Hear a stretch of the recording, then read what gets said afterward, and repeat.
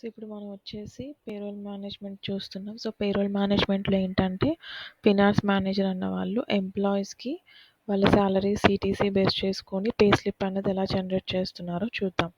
And ఎలా configure చేయాలి, దీనికి ఏమేం కాన్ఫిగర్ చేయాలి, ఇవన్నీ కూడా మనం ఇప్పుడు చూడొచ్చు. సో ఇక్కడ మనం డాష్ బోర్డ్ చూస్తున్నాం పేరోల్ మేనేజ్మెంట్ది. ఇక్కడ ఫినాన్స్ మేనేజర్, ఫినాన్స్ అడ్మిన్ ఉంటారు. ఫినాన్స్ అడ్మిన్ వచ్చేసి కాన్ఫిగరేషన్స్ అవన్నీ చేస్తారు. ఫినాన్స్ మేనేజర్ వచ్చేసి పే గ్రూప్స్ అసైన్ చేయడం, పే గ్రూప్స్ క్రియేట్ చేయడం, ఆ క్రియేట్ చేసిన పే గ్రూప్స్ అసైన్ చేసి ఎంప్లాయీస్కి పే స్లిప్ అనేది జనరేట్ చేస్తారు. ఆ జనరేట్ చేసిన పే స్లిప్ ఎంప్లాయీస్ ఎలా చూసుకోవచ్చు, దానికి రిలేటెడ్ రిపోర్ట్స్ ఇవన్నీ కూడా మనం ఇప్పుడు చూడొచ్చు. సో ఇక్కడ వచ్చేసి ఫినాన్స్ అడ్మిన్లో ఏంటంటే కాన్ఫిగరేషన్ పార్ట్ ఇది. సో మనకి ఈఎస్ఐ ఎలా ఉండాలి, ఈఎస్ఐ ఎవరు, ఎంప్లాయీ కాంట్రిబ్యూషన్ ఎంత ఉండాలి, ఎంప్లాయర్స్ కాంట్రిబ్యూషన్ ఎంత ఉండాలి అన్నది ఇక్కడ ఇచ్చుకొని మనం ఇవి ఎడిట్ చేసుకొని మనం సేవ్ చేసుకోవచ్చు. Next EPF. So EPF configurations అన్ని డిఫరెంట్ కంపెనీస్కి డిఫరెంట్ కాంట్రిబ్యూషన్స్ ఉంటాయి. ఎంప్లాయీ కాంట్రిబ్యూషన్ రేట్ ఒకటి, ఎంప్లాయర్స్ కాంట్రిబ్యూషన్ రేట్ ఒకటి. దాన్ని బేస్ చేసుకొని ఇక్కడ ఈసిటీసీ చార్జెస్, ఈడిఎల్ఏ అడ్మిన్ చార్జెస్ కూడా బేస్ అయి ఉంటాయి.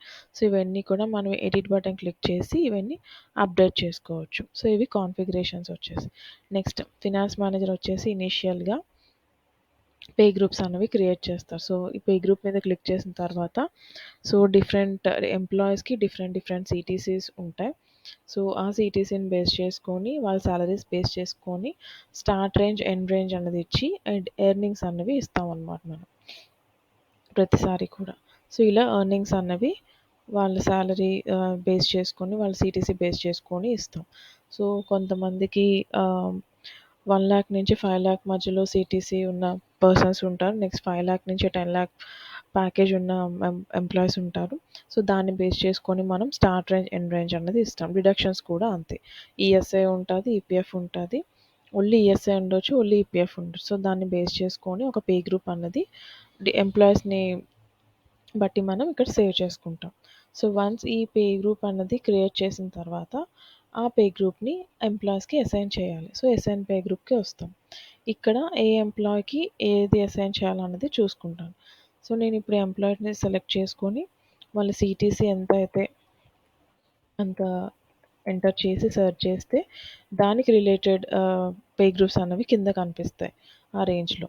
కాబట్టి మనం దాని రిలేటెడ్ చూసుకొని డిడక్షన్స్ చూసుకొని ఆ పే గ్రూప్ అనేది సెలెక్ట్ చేస్తే వెంటనే వాళ్ళకి ఎంత డిడక్ట్ అవుతుంది యాన్యువల్గా అనేది మనం క్యాలిక్యులేషన్స్ ఇక్కడ చూపిస్తాం అనమాట.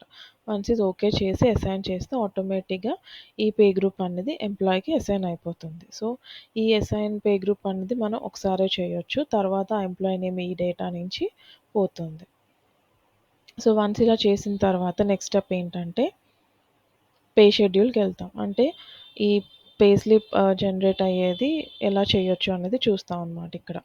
సో ఆ పేరోల్ విండో, లీవ్ విండో అన్నది రెండు సేమ్ ఉండాలా, అంటే first day of the month, last day of the present month అలా క్యాలిక్యులేట్ చేస్తున్నామా లేదా ఎలా క్యాలిక్యులేట్ చేస్తున్నాం అనేది మనం ఇక్కడ కాన్ఫిగర్ చేసుకుంటాం. నెక్స్ట్ సాలరీ కూడా యాక్చువల్ డేస్ని మంత్ చేస్తున్నామా లేదా ఆర్గనైజేషన్ వర్కింగ్ డేస్ చేస్తున్నామా అన్నది కూడా ఇక్కడ రేడియో బటన్ సెలెక్ట్ చేసుకొని మనం డేటా అనేది సేవ్ చేస్తాం. సో ఇలా పే షెడ్యూల్ అనేది అప్డేట్ చేసుకోవచ్చు. నెక్స్ట్ లాస్ట్ స్టెప్ ఏంటంటే మంత్లీ పేరోల్కి వెళ్ళి ఇక్కడ ఫినాన్షియల్ ఇయర్ ఒకటి సెలెక్ట్ చేసుకొని, ఈ ఫినాన్షియల్ ఇయర్ సెలెక్ట్ చేసుకొని మంత్ అండ్ ఇయర్ సెలెక్ట్ చేసుకొని జనరేట్ పేరోల్ అంటే వెంటనే ఆ ఎంప్లాయీస్కి పే స్లిప్ అనేది జనరేట్ అయిపోతుంది. సో జనరేట్ అయిన పే స్లిప్ అనేది ఎంప్లాయీస్ వాళ్ళ డాష్ బోర్డ్లో చెక్ చేసుకోవచ్చు. సో నేను ఒక ఎంప్లాయీకి చూపిస్తాను. సో ఇది ఒక ఎంప్లాయీ లాగిన్. ఇక్కడ పేరోల్ మేనేజ్మెంట్లోని డాష్ బోర్డ్లోని మనం పే స్లిప్స్ అనేది ఇలా చూడొచ్చు అనమాట. సో ఇక్కడ నవంబర్, అక్టోబర్కి మనం ఆల్రెడీ 2 పే స్లిప్స్ అనేది జనరేట్ చేసాం. సో వన్స్ ఈ వ్యూ ఐకాన్ క్లిక్ చేస్తే పే స్లిప్ అనేది మనకు కనిపిస్తుంది. సో వాళ్ళ ఎర్నింగ్స్ ఏంటి, వాళ్ళకి ఎంత డిడక్ట్ అయ్యాయి, వాళ్ళ నెట్ పే ఎంత. సో ఇలా మనం క్యాలిక్యులేషన్స్ అన్నవి చూడొచ్చు అనమాట. సో వాళ్ళకి ఎన్ని డేస్కి పే చేస్తున్నా, లాస్ ఆఫ్ పేస్ ఏమైనా ఉన్నాయా, వాళ్ళ డీటెయిల్స్ ఇలా మనం పే స్లిప్ అనేది చూపిస్తున్నాం. ఇది ఓన్లీ ఎంప్లాయ్‌గా కనిపిస్తుంది. ఎంప్లాయ్ కావాలంటే దీన్ని డౌన్‌లోడ్ కూడా చేసుకోవచ్చు. సో ఇలా పే స్లిప్ అనేది మనం జనరేట్ చేసుకోవచ్చు. సో నెక్స్ట్ వచ్చేసి కొన్ని రిపోర్ట్స్ ఉన్నాయి. మనకి ఈపీఎఫ్ రిపోర్ట్ ఉంటుంది, నెక్స్ట్ ఈఎస్ఐ రిపోర్ట్ ఉంటుంది, ప్రొఫెషనల్ ట్యాక్స్ రిపోర్ట్ ఉంటుంది. సో ఈ రిపోర్ట్స్ అన్నీ కూడా మనం డౌన్లోడ్ చేసుకోవచ్చు. సో ప్రొఫెషనల్ ట్యాక్స్ రిపోర్ట్ వచ్చేసి ఇలా వస్తాయి. సో ఈ రిపోర్ట్ మనం కావాలంటే download PDF or Excel format ఉంది మనకి. సో ఈ రిపోర్ట్స్ అన్నీ కూడా మనం డౌన్లోడ్ చేసుకోవచ్చు. పీడిఎఫ్ ఆర్ ఎక్సెల్ ఫార్మాట్ ఏదైనా చేసుకోవచ్చు. సో ఇలా మనం కాన్ఫిగరేషన్స్ చేసుకొని ఎంప్లాయీకి పే స్లిప్ అనేది జనరేట్ చేస్తాం.